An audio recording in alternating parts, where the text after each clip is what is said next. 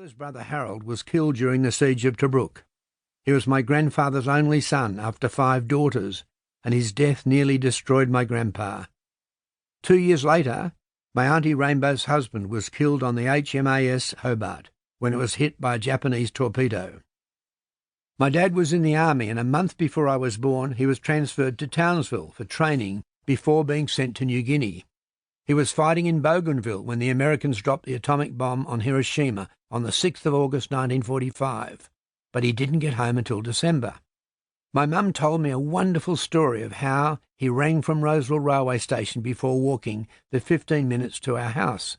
As he approached in his uniform, my mum Joan was standing at the top of the front steps with my sister Barbara and me.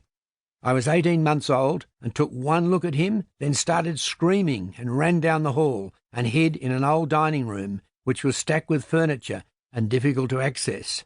It was more than half an hour before I could be enticed out to meet this strange man. Within months, Dad was discharged from the army and returned to his job as a salesman at Murdoch's department store, but not for long. He later told me that he wasn't happy at the job. To sell blankets, he was coached to hold the blanket up and stoop down behind it to make it look longer than it was. He didn't think this was ethical, and Dad was a very honest person, even though our family took pride in being descended from not 1 but 5 convicts, including one from the First Fleet. After he left Murdoch's, he found a job as a travelling book salesman for Lutnegger's book distributors. Mum was a housewife, but she earned a few extra pounds by doing casual work for my grandfather, who lived opposite us. My grandpa, Harold Casno, was a commercial photographer and quite famous. Today his best works are held in the National Library. Grandpa Kaz's house was divided into living quarters on one side and his photographic business on the other. In the attic, my mother would retouch photographs. In one of the bedrooms that had been turned into a dark room, I would often stand beside Grandpa as he placed photographic paper in the developer tray and watch as enlargements would magically appear. I was fascinated by this process. From the dark room, a passageway led to a small studio attached to the east side of the house. Here the elite of Australian society would come to have their wedding photos taken, often wandering out among the fruit trees and gardens in the backyard where I loved to play. There was even a hidden tap to turn on a fountain. But of all the rooms in my grandpa's house, the one that had the greatest impact on my life was my Uncle Harold's room. I must not have been more than 5 and bored when my grandma said, "Would you like to look in Harold's room?"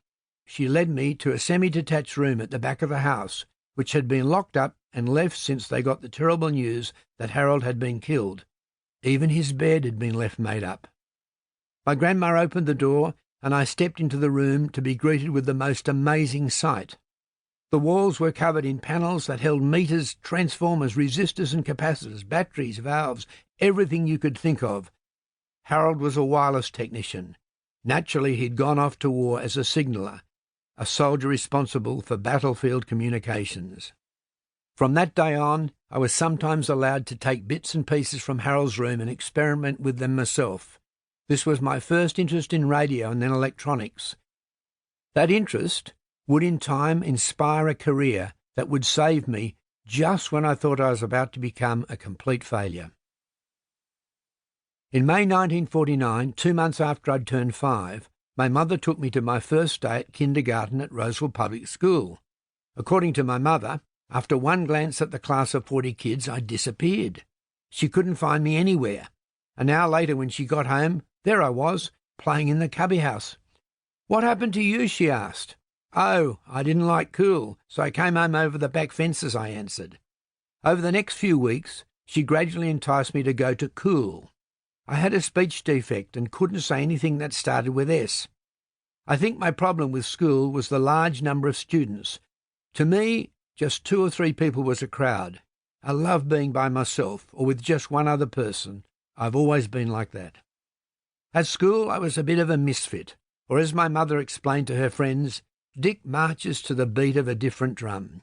Often, I would bring something strange to class. Once I found a tortoise in Machine Creek at the bottom of Archibald Road, so I took it into school and it got away. We found it 3 days later under the school piano. Another time I brought in a blue-tongued lizard, much to